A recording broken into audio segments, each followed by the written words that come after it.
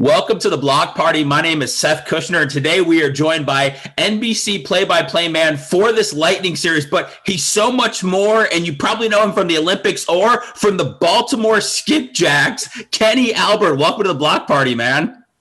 I guess you're a big Skipjacks fan, Seth. Great to be with you. I only like the Skipjacks from 1990 to 1992, and after you left, I was done with the Skipjacks. Well, you know, there is a big connection to this series. Barry Trotz was the Skipjacks assistant coach, and he was my roommate on the road for 2 years. I was 22, he was 26 or 27 when we were both hired, and we spent a lot of nights in the Holiday Inn in Utica and Binghamton and all over the Northeast. Man, did you learn? That's interesting that they paired you up with like an assistant coach. Did you learn probably a ton about hockey from being his roommate over those years? I did. You know, in our case, it was the radio guy with the assistant coach in order to save the $80 on a separate room. I know some of the teams in the American Hockey League back in the day, it would be the radio guy and the bus driver. So I guess, I learned a little more about hockey from Barry than I would have from Froggy, who was our bus driver at the time. Kenny, what was Barry like with hair back in the day? I saw some pictures. I was doing a Google. I mean, was he a completely different guy, or does he still have that same intensity when he had the hair? He did have the hair.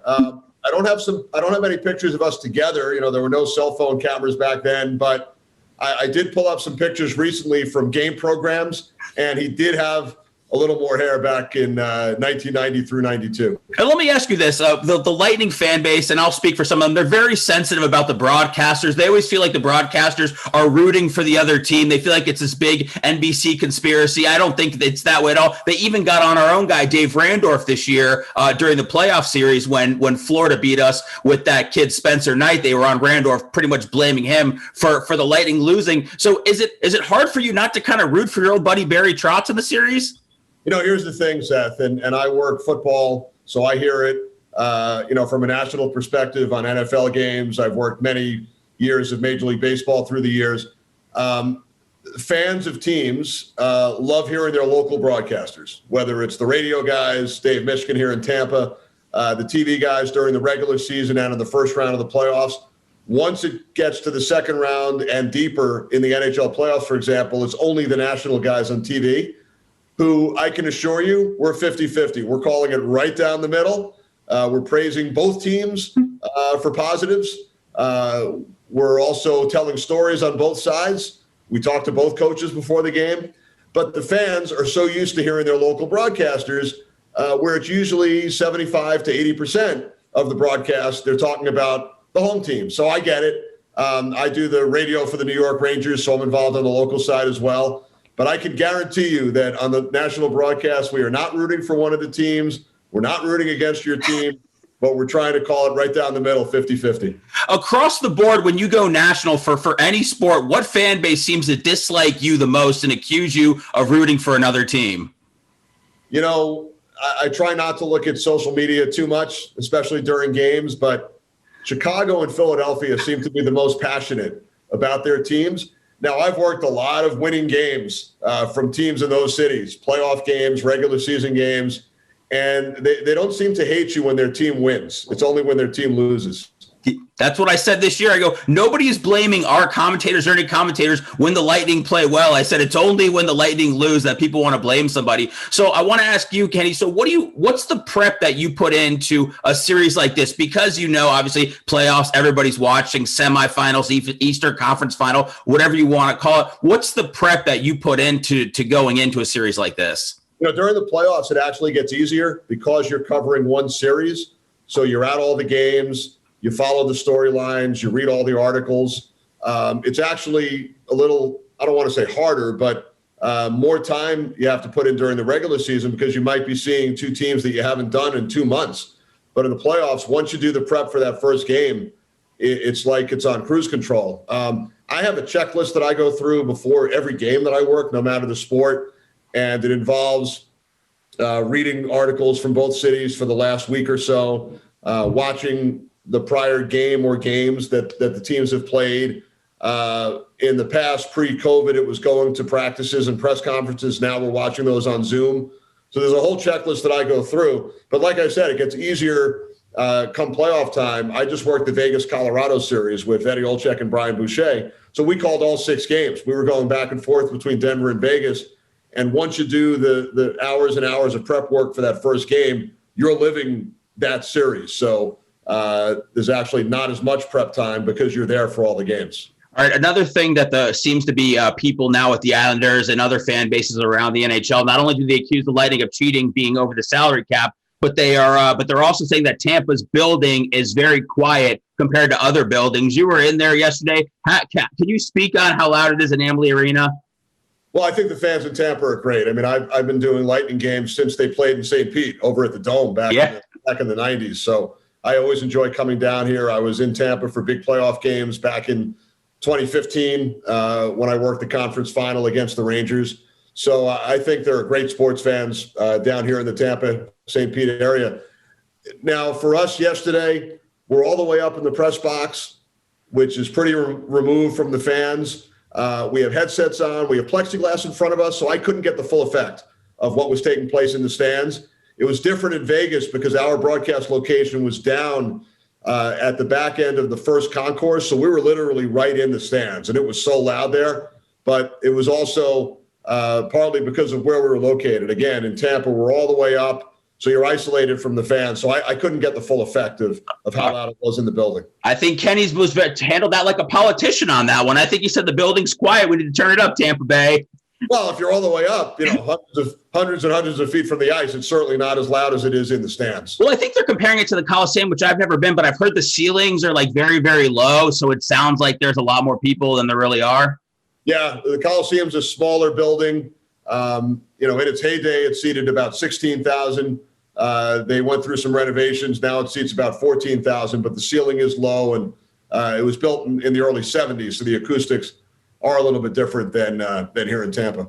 So let's talk about some of the bigger games that you've called in your career. High school football recently. Was that at your daughter's school? How'd you get roped into that?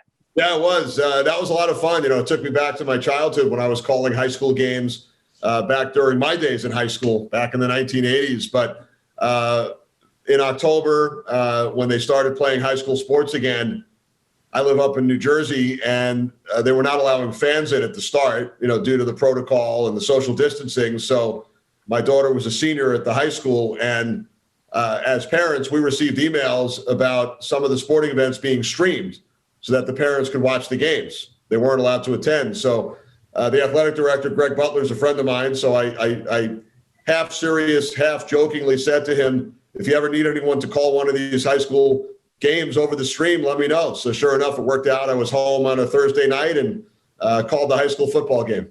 Wow, so how much prep work did you put into trying to learn the names? Because I saw you thank your daughter, and I can imagine you're such a professional. You didn't want to screw up any of those kids' names because it was a big moment having you call them. Right, absolutely. I never want to screw up any names. So I did check with my daughter on a couple of them. I went to a practice. I spent some time with the coach and talked to the coach of the opponent. So made sure that I had the pertinent information and all of the pronunciations as well. So, and maybe you disagree with me, but do you feel like the NHL is the best postseason out of all the sports? And if so, why? If it's not alone in first, it's tied for first for sure, I feel. I've worked 5 NFL divisional playoff games, and there are 30 or 40 million people watching, and those were tremendous memories earlier in my career as well. But there really is nothing like the Stanley Cup playoffs. Just the excitement, especially if you're in the building. That Vegas, Colorado series, it felt like a conference final or a Stanley Cup final. Those teams were so fast and so skilled. And when games go to overtime in particular, I'm partial to hockey. I've been a huge hockey fan since I was 5 years old. I played hockey a little bit. I wasn't very good. By the way, for your fans, your listeners, your viewers who might think because of my relationship with Barry Trotz that we're tilted over to the Islanders side a little bit, which we're not. I also, believe it or not, Seth, played college club hockey against Jon Cooper. Good. I feel everybody I talk to has this connection to Coach Cooper. Like Pat Maroon's mom knew Cooper. Like everybody's known Cooper. Very social guy. That's incredible. How good was he? I wish I could tell you. I don't remember. I didn't remember him, and I'm sure he didn't remember me. But I played club hockey at a pretty low level for NYU, New York University. When I was a freshman in '86, another student named Matt Nafis actually put up flyers in the dorms and the buildings about wanting to start a club hockey team. So my freshman year was the first year of the club hockey team at NYU. And fast forward to 2015, I was in Montreal working the Lightning Lightning Canadian series for NBC with Joe Micheletti. And it was the game when Kucherov scored in double overtime. It was a controversial goal. Brian Boyle might have been offside. It was actually the goal that led to the new rule being put in place that teams could challenge potential offside plays. It was that game up in Montreal. And that morning, we're at the morning skate, and I was listening to Jon Cooper's press conference. And up until that point, I had never met Jon. It was his first year coaching in the NHL, and we had never met. And I was standing there with Joe Micheletti, and Jon caught our eye, and he looked at me and he said, after this press conference, I need to talk to you. And I'm thinking to myself, did I say something on the air that he didn't like or didn't agree with? I couldn't think of anything that, might have caught his eye or his ear. So I had no idea what he wanted to talk about. I had never met the man. So sure enough, he comes over and we introduce ourselves to each other. And he says to me, did you play hockey for NYU? And now I knew that Jon had gone to Hofstra on Long Island. I was a lacrosse player. I did not realize he played club hockey. Sure enough, he had a teammate who he's remained close with who lives and works in New York who somehow knew that I played for NYU.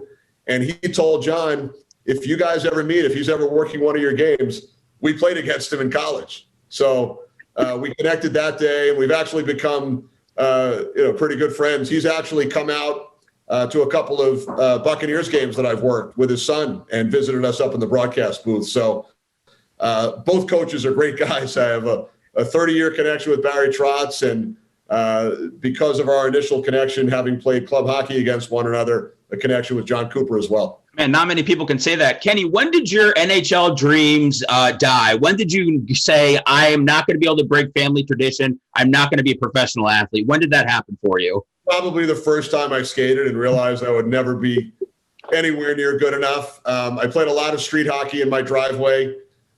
Did play club hockey in high school and college, but I was a third-line winger, didn't score many goals, so never thought that would even be a possibility. Kenny, when's the last time a boss got mad at you at one of your jobs? When's the last time you got yelled at? Does that happen, or do you call a game, you go home, are you your harshest critic, and that's how it is? Or are bosses like very involved with some games and some aspects of it? No, not really. I'm definitely my harshest critic. If there's a moment where maybe you call the wrong name, which doesn't happen very often, fortunately. In hockey, things can get tricky sometimes on deflected goals, redirects. Depending on where the broadcast booth is, you can't always see that. So sometimes you want to delay a little bit, see what happens during the celebration. But that's the one thing in hockey, as opposed to the other sports, that can throw off the play-by-play announcer. You might not realize who exactly scored the goal initially. If there are two players tied up in front of the net, an offensive player and a defensive player, if we're all the way up in the press box, one of these high locations, you might not see exactly who the puck deflected off, which stick. So that could happen, but definitely my own harshest critic for sure. What's the last thing that you were beating yourself up over? Is it like an every game thing, or is it just like once in a while where you said maybe you call wrong the name and that's what it is? Right. Yeah, it's hard to really remember what the last one might be. It happens, and a lot of times, you think that's the end of the world and you're going to get fired. But as time moves on, once the game ends, you realize really a minuscule amount of people might have even noticed. So definitely your own harshest critic, but there was never a huge one in a big moment where, an overtime goal where I totally got the call wrong. So I guess that's a good thing. How excited are you to join the team at Turner now? I mean, like Wayne Gretzky, they're acquiring some talent. The people don't realize that even in broadcasting, that's a team atmosphere, acquiring that talent. How excited are you to be a part of that?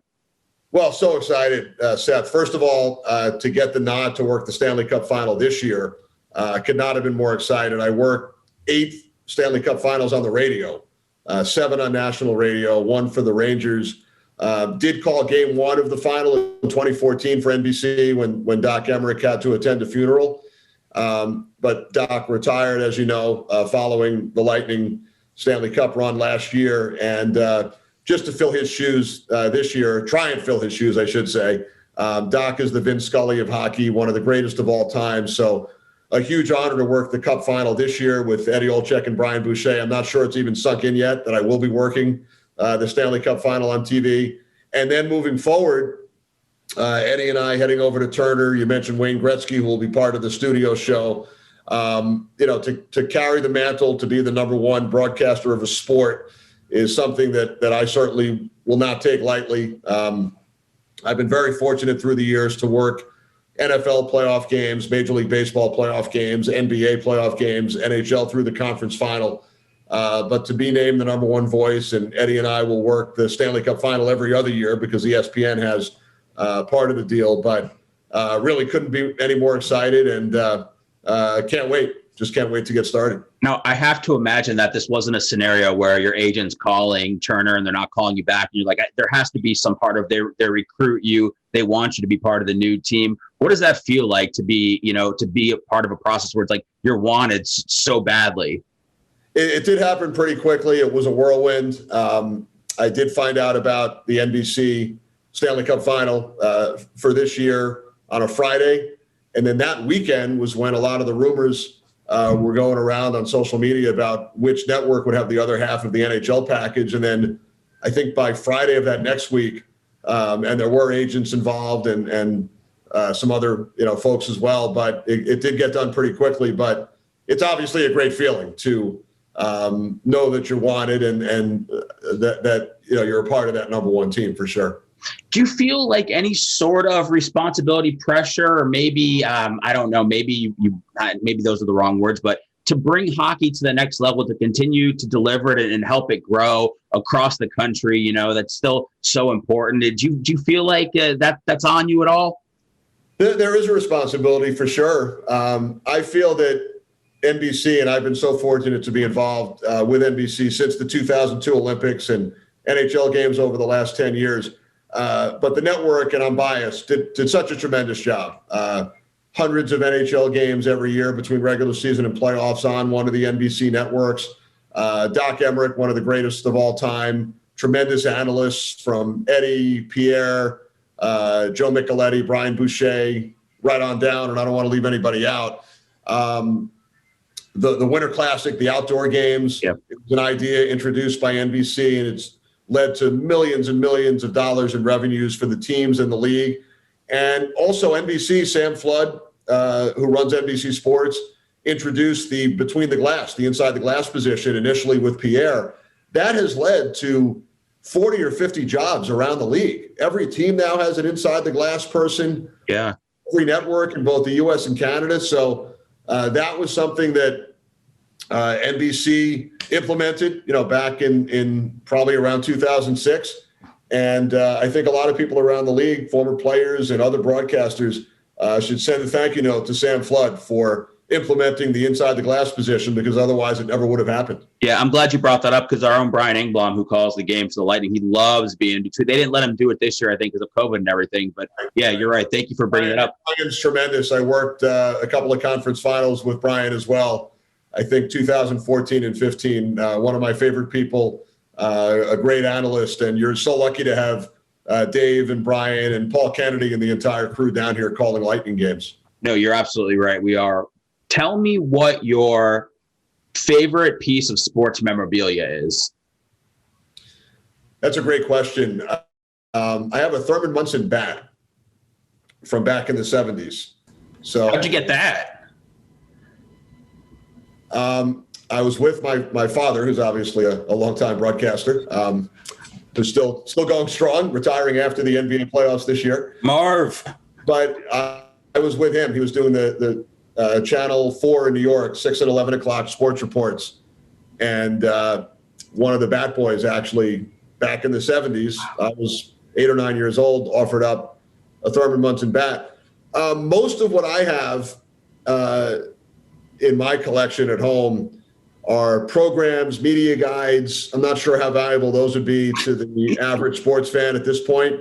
To me personally, and again, it wouldn't mean anything to anybody else, but some of the photos that I have with athletes, with legends, with my broadcast partners through the years. So that's probably some of the stuff that means the most to me. But I would say the Thurman Munson bat is probably the most valuable piece of memorabilia that I have. I also have, Seth, if you're interested, about 1,000 VHS tapes of many of my games from early on, football, baseball, hockey. I still do have a VHS player in my house, so once in a while I'll put one of the old tapes in. But my wife always jokes that, hopefully not until about 40 years from now, but my kids are going to have a great time, cleaning out these VHS tapes and old programs and sports media guides that are in a pretty big room downstairs in the basement. You said you're your harshest critic. How bad were you back in the day on the VHS tapes? Oh, I hated listening back. When I did minor league hockey with the Skipjacks, back then I probably thought I was great. But then when I would listen back to the tapes a year or two later, I couldn't even believe it was the same person. So when I put in some of those old tapes, not bad, but I can't believe that people actually hired me to be on the air. Kenny, when it's all said and done and you're talking to your grandkids about, everything that you've done, everything you've seen, who are going to be the athletes that you mentioned that you were just honored to witness and be a part of? Well, Wayne Gretzky and Brett Favre, to me, are the two most down-to-earth regular people among superstar athletes. And there are others that I could, throw into that conversation as well. But spending 3 years around Wayne Gretzky when he played for the Rangers, and I was on charter flights and in hotels and around the team. And then I probably had 15 or 20 production meetings with Brett Favre during the NFL on Fox days when he was still playing. And he would sit there for 45 minutes. You wouldn't get the idea that he wanted to be anywhere else, that he had to get home. He would just sit there telling stories about hunting and fishing. A lot of it wasn't even about football. He would tell us about his family. And those are the two guys, Wayne Gretzky and Brett Favre, that were just regular down-to-earth people, yet the best or among the best in their sport over the last 100 years. And I'm glad that you brought that up, because I wanted to ask you, because obviously I interview a lot of hockey guys. I've interviewed, guys from all sports. But to me, there's something about the hockey athlete, the hockey guy that makes them different when you sit down, when you talk to them, that sets them apart from guys that play other sports. Do you get that feeling too? And if so, do you know what it is that separates them? I think a lot of it is the upbringing. So many of them are from small towns in Canada or from Europe. But, I get to meet with a lot of football players, not as many in baseball and basketball, but, most of the players and coaches that I've had the opportunity to meet are good guys. The football players are similar to the hockey players, but I think with hockey, a lot of it's the upbringing from small towns in Canada. Wayne Gretzky from Brantford, Ontario, Brett Favre from Kill, Mississippi, just a small town guy. So a lot of them do have those same characteristics. I feel like you have Wayne Gretzky and Brett Favre's cell phone number in your phone, don't you? I do have Wayne Gretzky's cell phone number. Look at that. I have Brett Favre. I could probably get it. I probably know people who have it, but I do not have Brett's. I did. You talked about my hockey career earlier. Among my great athletic accomplishments, I once beat a Heisman Trophy winner, Matt Leinart, in ping pong. So I don't have his number, but I did beat him at the ping pong table. And you know what? That's another thing. I'm not sure how I just made that segue. That was sort of a choppy transition from Brett Favre, but I had quarterbacks on my mind. It's a beautiful thing, though, because I love it when I'm like, hey, we talked to Kenny Albert, Lightning are in the playoffs. Listen to his story about Matt Leinart. You're not going to want to miss that. It's going to rope the people in, so I needed something. I did get 15 points against John Smoltz, who is known as the best ping pong player in the history of Major League Baseball. They would have ping pong tables in the clubhouse. At a Fox Network seminar, that's where I played Matt Leinart. Eric Karros, the former Dodger great, who was a partner of mine, he had heard about my ping pong prowess. I'm sad to say it might be my best sport athletically. So he set up this match between myself and John Smoltz. And even though John won the game 21-15, I managed to get 15 points. What does John Smoltz have, like a lot of spin on his serve? Is that why he's so tough? He was just a great all-around player. Matt Leinart had a tremendous serve, but other than that, I was able to beat him. But his serve was Matt Leinart, believe it or not, who had the crazy spin on his serve in ping pong. Kenny, I haven't played any athletes in ping pong, but I do want to tell you that I've loved ping pong ever since I was a little kid. And just a couple of years ago, someone put a ping pong table out, just one of those like take me ping pong things. And I'm not like junk guy or anything like that. Normally I just put the junk out, but I said, this ping pong table looks interesting. I went up, I think I paid him $25. Him and his friends brought it to my house. And now I have a ping pong table in my garage that we just put a bunch of laundry and stuff on. I never play. Nobody wants to play with me at all. I'm coming over to play. You know, in the bubble, I was in the Edmonton bubble for 37 days. After the 4-day quarantine, I played ping pong every day because we didn't really have anywhere to go. You couldn't get a lot of exercise. And I would play ping pong for about 45 minutes to an hour every day. In fact, we talked about this on the air. I almost sent Brian Boucher, one of my broadcast partners, home from the bubble. So we were playing ping pong. I was running him around a little bit, and I figured, former goalie, he's used to the back and forth movement. The floor was a little bit slippery, and he pulled his quad and had to stop the match. And we both thought it was a little worse when the injury first took place. So fortunately, he was able to work that night, but Brian actually pulled his quad playing ping pong. Man, oh man. I mean, the things that you guys are getting into, are you getting into any ping pong matches when you're here in Tampa? I told you I'm coming over to your house. Okay. All right. I got to let's do it. I mean, we're just a few minutes away. I wanted to know, what was your most recent or your biggest on-air blunder of all time? Wow. That's a great question. Have there been too many or too few? Fortunately, too few. I'll have to get back to you on that one. Fortunately, there haven't been too many. That's awesome. I love to hear it. So Kenny Albert in town, calling the games, doing all of them. Can you give us, this comes out on Wednesday, so it'll be after game 2. Can you give our fan base something to feel good about right now after the game from yesterday? Everybody's a little bit down on ourselves. Anything you see good from the Lightning? Well, before I get to that, getting back to your prior question, it wasn't a blunder. It might be a claim to fame. I once worked a 20-inning baseball game, never left the booth to go to the men's room. What? 6 hours, 53 minutes. Now, I could have. The men's room was nearby. In baseball, you only have 90 seconds to 2 minutes between commercial breaks. I could have gone, but you also don't know the game's going to go that long. So it's a mental thing.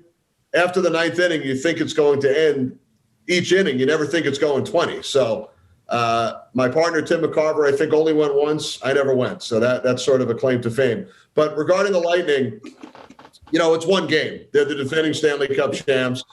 I anticipated a long series. The Islanders have played terrific hockey in the playoffs. They came back from 2-1 down against both Pittsburgh and Boston. They're such a disciplined team, which was a key in game 1, staying out of the penalty box against a power play that's up over 40% during the playoffs. I just did Vegas, Colorado. The Avalanche won game 1, 7-1. Who would have thought that Vegas would come back to win 4 straight games? Yep. Games 3, 4, 5, and 6. So oftentimes when you watch a playoff series and game 1 goes a certain way, you think it's over, whether you're part of the winning team or the losing team. And these players and coaches have the ability to compartmentalize and put that game in the past and move on. And they look at each game as an individual scenario. So, if you're a Lightning fan, it's probably going to be a long series. The Islanders won the opener. But these are there's only 4 teams left. And whenever you get down to the Final Four, any of those 4 can go on and win the Cup. And these 2 teams played last year in the East Final. Lightning won that series, obviously, in 6, went on to win the championship. So I think it'll be a long series. I really do. 6 or 7 with the way these teams play, 2 highly respected coaches, and we'll see what happens. But from a Lightning perspective, you would think they'll get some chances on the power play at some point, and they're just too talented to go away meekly. So I think it'll be a long series. It's a cliche, but all the players, all the coaches say it's a series. It's a series for a reason, because things happen. There's ups and downs, but that's why we're going to play 7 of them. Maybe, hopefully, who knows? One last question. I want to know, during the pandemic, what was your setup like when you weren't able to go on the road and call games? What was your setup like at home? Well, first of all, I was home for 146 straight days. Whew. March 12th or 13th until August 5th when I left for Edmonton for the bubble. So that was bizarre. Unlike some other announcers with other networks, I never called games from home, but I called a lot from studios around the New York area. So football, we traveled. We actually went to the stadiums in 2020, September through December. But then with the Rangers on the radio side, and then I do some Knicks TV, the away games were from a studio in New York, calling games off monitors. And with NBC games during the regular season and early in the playoffs, some games we would travel to, others we would do from Stamford from the studio. So that was obviously a little more challenging. During hockey games, for example, you might not see a penalty that's called away from the screen. You might not see when the goalie's pulled, but I felt like it went better than I anticipated. You could probably see about 85 to 90% of what you normally would if you were at the game. And obviously you'd rather be at the game in the arena, in the stadium, but we had to do it that way for a number of reasons, including health and safety protocols. So I think it went pretty well overall. Skipjacks legend and friend of Barry Trotz and Jon Cooper. And Jon Cooper. And Jon Cooper, friends with everybody. Don't get wild. Don't get in his mentions at all. Hey, congrats on everything. It was awesome to talk to you. They gave me the option of talking to you or one of your colleagues. I'm not going to mention any names, and you were my top choice. So thank you very much. Really enjoyed the conversation. Thanks for taking some time, and I'll see you around noon for some ping pong. Well, I appreciate it, Seth. Look forward to the ping pong, and I'm sure you'll catch up with Eddie and Brian later in the series. Should be a long series. They have great stories as well. So thanks again for having me on, and to all the fans out there, always enjoy coming down to Tampa. And again, should be a long series, and then who knows, there's a 50-50 chance we'll be back here in Tampa for the next round. There we go. More money for Kenny to take from the ping pong players that are looking to line up. Hey, Ken, thanks a lot, man. Thanks, Seth.